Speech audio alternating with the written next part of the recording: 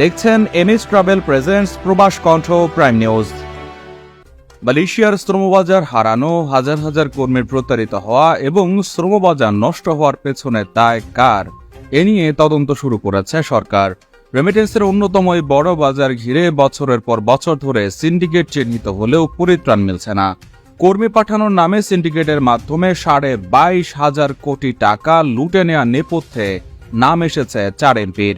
সংশ্লিষ্ট মন্ত্রণালয় ও বিএমইটির কর্মকর্তাদেরও অনেকে আছেন এই সিন্ডিকেটে। টাকা দিয়েও শেষ পর্যন্ত বিপুল সংখ্যক কর্মী মালয়েশিয়া যেতে না পারায় তোলপাড় শুরু হলেও এর দায় নিচ্ছে না কেউই। 101টি রিক্রুটিং এজেন্সি কর্মী পাঠানোর সুযোগ পেয়েছে বলা হলেও অভিযোগের আঙুল উঠেছে রিক্রুটিং এজেন্সি মালিক 4 সাংসদের বিরুদ্ধে।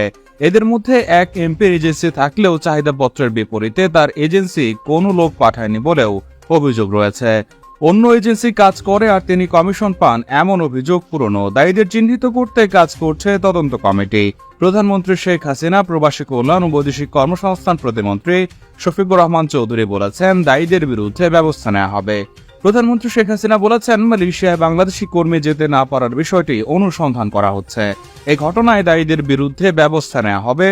গতকাল বুধবার দ্বাদশ জাতীয় সংসদের বাজেট অধিবেশনের প্রথম দিনে বিরোধী দলীয় চিফ হুইপ ও জাতীয় পার্টির মহাসচিব মোহাম্মদ মজিবুল হক চুন্নুর প্রশ্নের উত্তরে প্রধানমন্ত্রী এই কথা বলেন।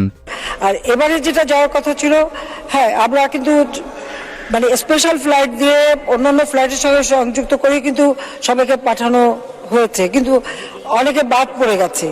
এই বাদ পড়ার কারণটা কি সেটা অনুসন্ধান করা হচ্ছে।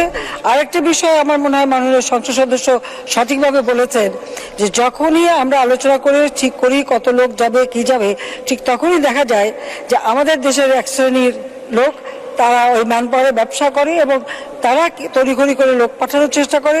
আবার এদের সাথে ওই মালয়েশিয়ারও কিছু সংযুক্ত আছে, যার ফলে জটিলতার সৃষ্টি হয়। প্রতিটি বারই যখনই আলোচনা করে, সরকারি পক্ষ থেকে আলোচনা করে একটা সমাধানে যায়, তখনই কিছু লোক দ্রুত সেখানে ছুটে যায়, যে একটা অস্বাভাবিক পরিস্থিতির সৃষ্টি করে। অনেক সময় যাওয়া যায়, তাদের কাজেরও ঠিক থাকে না, চাকরিরও ঠিক থাকে না, বেতনেরও ঠিক থাকে না, তারা সেখানে যে বিপদে পড়ে। এবারে কি সমস্যাটা হয়েছে, অবশ্যই এটা আমরা খতিয়ে দেখছি এবং এর জন্য যদি কেউ দায়ী থাকে অবশ্যই তার বিচার করা হবে। ধন্যবাদ মাননীয় স্পিকার। মালয়েশিয়া প্রবাসীদের জন্য প্রতিদিন দারুণ সব অফারে বিমান টিকিট দিচ্ছে MH global travels. Dhaka, Kuala Lumpur, Dhaka সহ বিশ্বের যে কোনো গন্তব্যে সুলভ মূল্যে আপনার টিকিটটি পেতে আজই চলে আসুন কেএল মোনোরেল সেন্ট্রাল এর পাশে এনিউ সেন্টার বিল্ডিং এর অপোজিটে, অথবা কল করুন স্ক্রিনে দেওয়া নম্বরে। আমাদের কাছে কল করুন, ঘরে বসে টিকিট কাটুন। প্রবাসী কল্যাণ ও বৈদেশিক কর্মসংস্থান মন্ত্রণালয়ের প্রতিমন্ত্রী শফিকুর রহমান চৌধুরী বলেছেন, সব প্রক্রিয়া শেষে ভিসা পাওয়ার পরও 17,000 বাংলাদেশি মালয়েশিয়া যেতে না পারার ঘটনায় দায়ীদের ছাড় দেওয়া হবে না। মালয়েশিয়া যেতে না পেরে যারা ক্ষতিগ্রস্ত হয়েছেন তাদের ক্ষতিপূরণ দেওয়ার ব্যবস্থা করা হবে।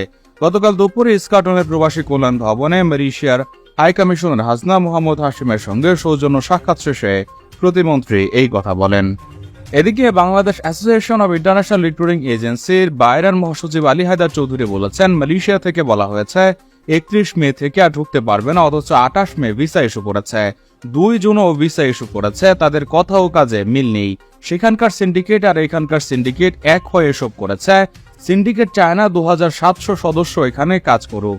মূলত প্রবাসী কল্যাণ মন্ত্রণালয়, মালয়েশিয়া হাই কমিশন, বায়রা এক এক পক্ষ থেকে বক্তব্য মিলছে এক এক রকম।